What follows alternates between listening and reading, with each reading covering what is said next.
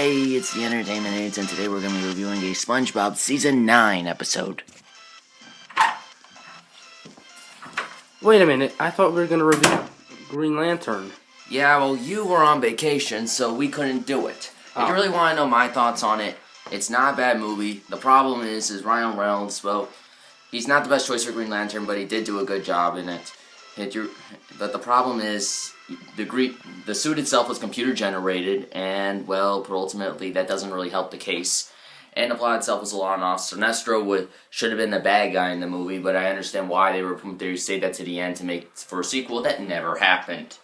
Basically, the plot of that, it's just basically on and off, not really entirely consistent.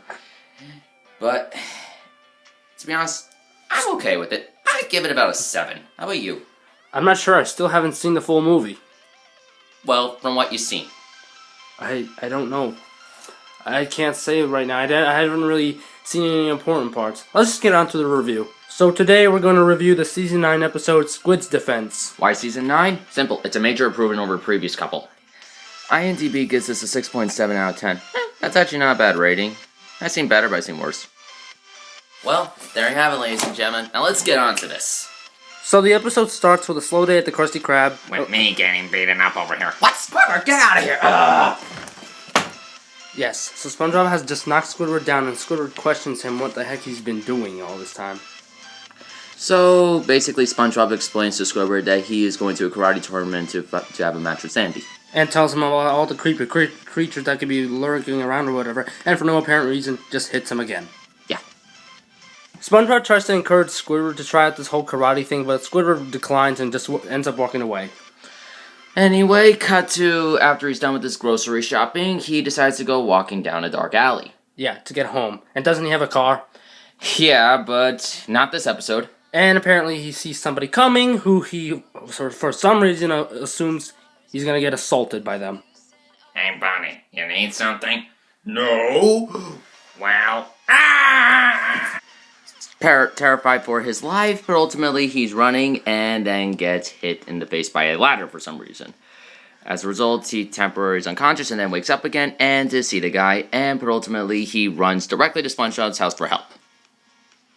By the way, for all those who don't know, SpongeBob is voiced by Tom Kenny, who you may recognize as the voice as the Ice King from Adventure Time. Squidward finds out that SpongeBob opened the door and runs back into his house. Worried about what happened, Squidward tells him that he thinks he was being assaulted by an assassin or whatever, but he really wasn't. And since when does Squidward go to SpongeBob for help? I mean, do you remember what he said in Boating Buddies? We don't talk about that episode! Boating Buddies is easily one of the worst episodes of SpongeBob, period. The worst Squidward torture porn. There's only a few episodes worse than that, such as A Pal for Gary, and so on. So don't mention Boating Buddies. That is easily one of the worst. You really want to know what's worse than that? One-course meal. Squidward begs SpongeBob to teach him the ways of karate in order to... Don't you mean karate? So anyway, he agrees, and ultimately he starts training, and, well, notices on how weak he is, and so has to order him about a little bit, and you know. Yeah. After a failed attempt to teach him, it results in him being split in half, and Squidward thinks that he can't really help him. But, you know, shouldn't he be the master, technically speaking? So, why did SpongeBob get ripped in half like that? I have no idea. There's a sponge. Yeah, so they agree to go to Sandy. Instead. So, Hooper over here. Dude, that is Jaws! We did not get there yet. Save it for another time. It's a good film, but we're not there yet. Huh, what do you know?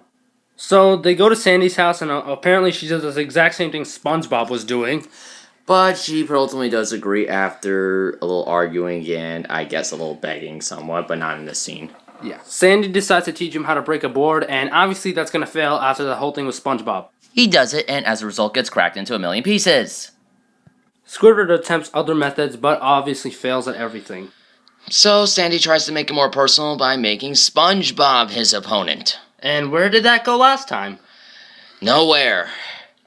But ultimately they do agree, and Squidward ultimately is starting to talk, and then makes an attempt to fight back, only for, well, basically him to get stuck on his helmet. Again. Squidward ends up feeling bad that he cannot do anything, and Sandy tries to tell him that the good way to do this is by doing household chores. You're right, that's exactly how you do karate.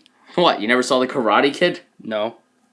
Wait, you never saw the Karate Kid? No. I mean, come on. They got Mr. Miyagi in for a previous episode during season 4. Well, that I know.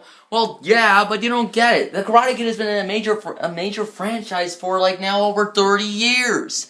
I mean, come on, there was even a remake in 2010 with starring Jackie Chan and Will Smith's That kid. one I saw. Well, yeah, but you never saw where it all began? No. I can't believe you! This all results into Squidward cleaning up Sandy's house from vacuuming to mopping the floor. All these chores result into him doing his last chore of burying nuts into Sandy's ground, which is obviously so pointless from the entire episode. Yeah, well, what do you expect, really? I mean, look at them! Yes. They're basically just being lazy. Yes, Squidward's getting pissed off, and the more they're talking, Squidward is still shaking as his anger. How can he do that for so long?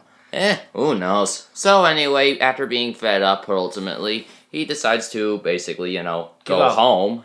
But not before stepping on the acorns, and they attack him back, and ultimately he's deflecting them pretty well, and Sandy ultimately cheers for it. Yes, all this training has for some reason paid off and tells him that he should be worthy of a belt, but Squidward doesn't care and wants to just... Oh wait, no. He chops a board in half. Squidward goes back into that alley and starts provoking the person that he thought was going to assault him earlier, but he wasn't. Okay, for starters, why is that guy back? Yes, why is he in the same alley?